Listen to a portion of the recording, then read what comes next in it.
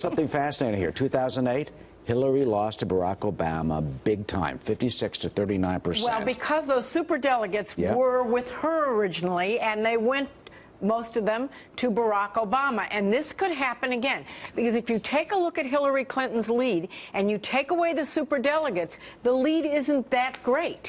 And particularly Bernie Sanders sent out this big email today to get money saying that he won the Democrats abroad. And so if you take a look at this, it's very, very different if the superdelegates decide to be fickle. Well, what do you think they'll be? What do you think they'll do?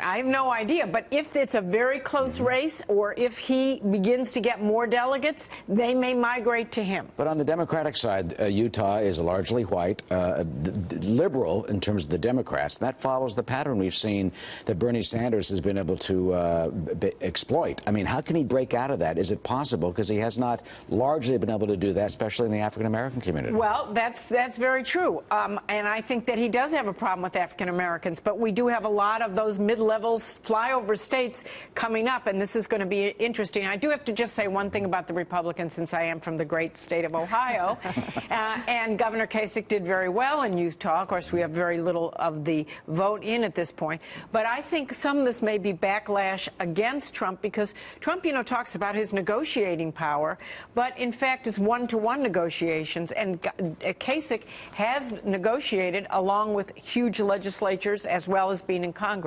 I think this is going to be interesting. Tony, you're making a face. What are you? I have to hand it to my dear friend Ellen, who wants to give her home state governor, John Kasich, a boost, but I could hardly say 22% is a good showing, albeit a second-place showing in Utah. Going back to Sanders, an earlier guest made this point that somehow the proportional allocation of delegates in the Democratic contest hurts him, and he should probably benefit if it were a winner-take-all. That's completely untrue in my assessment. I think quite the contrary. If anything, the fact that these are proportional races helps Bernie Sanders, because he's able to then make the case for staying in the race longer, and he's not being forced out of the race if Hillary is going to win a lot of these states, which we saw her do on Super Tuesday, both on the March 15th and the earlier one, in these large numbers. So I think the fact that Sanders continues to win states, continues to do well, performs much more significantly now with African-American votes in Illinois, Missouri, North Carolina, all much better than he did on Super Tuesday.